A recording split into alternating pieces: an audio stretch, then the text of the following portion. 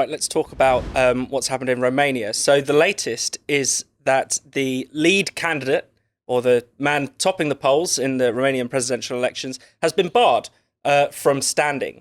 Now, they did actually hold a first round of these elections last year. He came top. They then have a sort of second round, similar to the French system, where they whittle the candidates down. The second round was cancelled. The result of the first round was annulled. And now we've discovered that in the rerun election, the lead candidate won't be allowed to run. Now, this is based on allegations of Russian interference from TikTok. But Tom, I mean, however it's dressed up, whatever language is used to excuse this is just an anti-democratic power grab from the establishment. No, absolutely. We described it on Spikes as a coup against democracy. And regardless of what you think of the characters and the protagonists involved, that's absolutely what it is here. I mean, if you think about the allegations that are being made, the substance of them, it's that the Romanian sort of secret services detected this kind of activity on TikTok in the run-up to the election, supposedly from sort of Russian bot farms, and then as a consequence of that, the whole election is completely null and void. This is utterly outrageous, even if the full extent of those allegations are true, even if it's absolutely clear that that's where it's coming from. Are you really suggesting your own citizens are so idiotic that they're going to be swayed by memes and activity on social media rather than the actual issues in front of them? And it's also quite clear from that first round, which was originally annulled, as you say, by the Supreme Court before we got to this point of actually barring Georgescu from a potential future poll.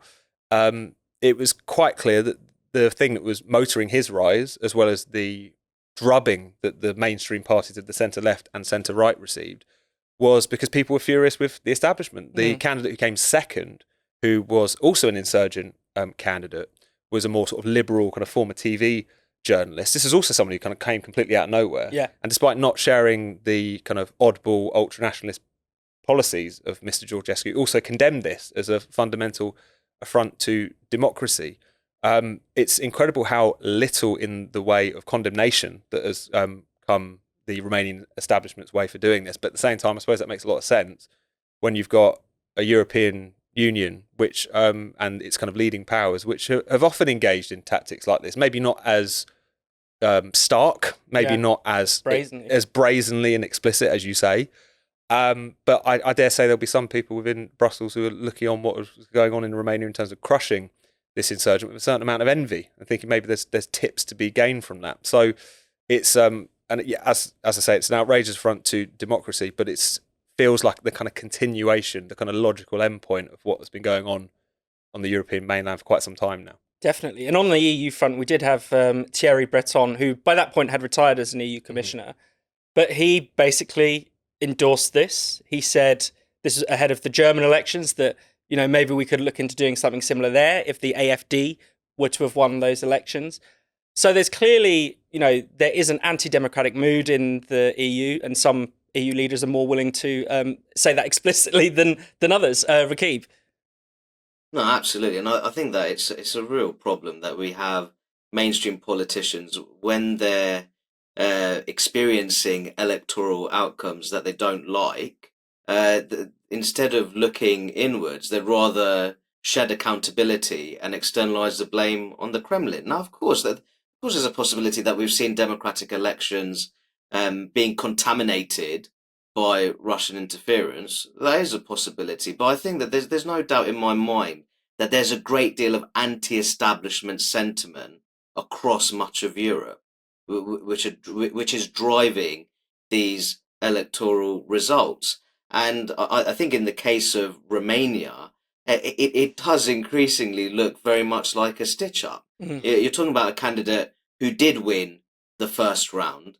And I think just to simply say he won just because of TikTok, Kremlin-sponsored TikTok accounts, I think it's absolutely remarkable that the mainstream parties in Romania refuse to take responsibility for that result. And instead of treating it as some sort of wake-up call, they seem to have found their authoritarian appetite.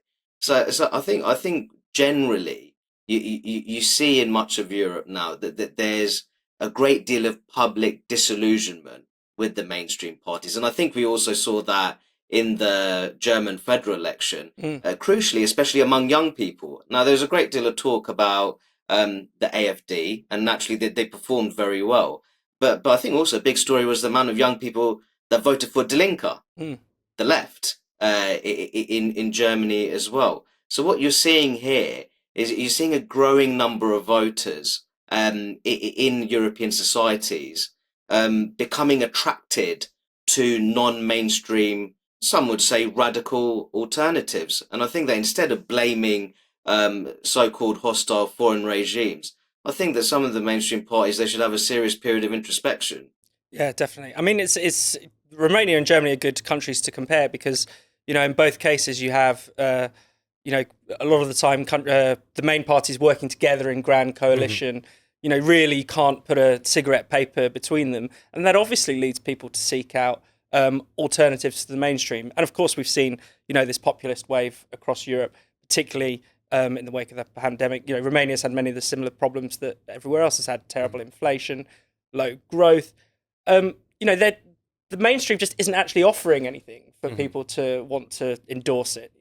The technocratic solutions actually don't work. Yeah, and all they have in response is authoritarianism. I mean, the European elites have become increasingly authoritarian as their authority has been called into question. I mean, there's a very long history of ignoring referenda when they go against the European Union's way, or when, Greece and Italy were hit by the debt crisis, effectively pushing through a kind of technocratic coup of their elected governments to end up with leaders of those countries that were more amenable to what Brussels wanted them to do. And what's striking now is how much more explicit the kind of authoritarianism is becoming. There's the Romania case, which is a national establishment, national elite, but nevertheless I think is indicative of where things are going. But you also see that in Germany, of course. It wasn't that long ago that the then SPD government and leading figures within it were flirting with the idea of banning the AFD outright. Yeah. I don't think they'll get away with that now that it's essentially the main party of opposition. But nevertheless, this is an extreme anti-democratic position which is being staked out, which only seems bound to, essentially further kind of inflame a kind of sense that the establishment doesn't want to listen to you. And they can dress it up however they like, whether it's Russian disinformation or whether it's the idea that these parties are a threat to democracy or what have you. But if you're in the business of cancelling elections or banning political parties, I think we all know who the primary threat to democracy actually is. The question that we always ask about kind of the technocratic elites is there ever going to be a point in which they kind of wake up and smell the coffee? Like, just try to make some adjustment to what voters are actually concerned about, recognise how fundamentally illegitimate their regimes are, and particularly across the EU, which is a technocratic, anti-democratic institution by design. But apart from maybe around the edges, there's no indication of that, I wouldn't say.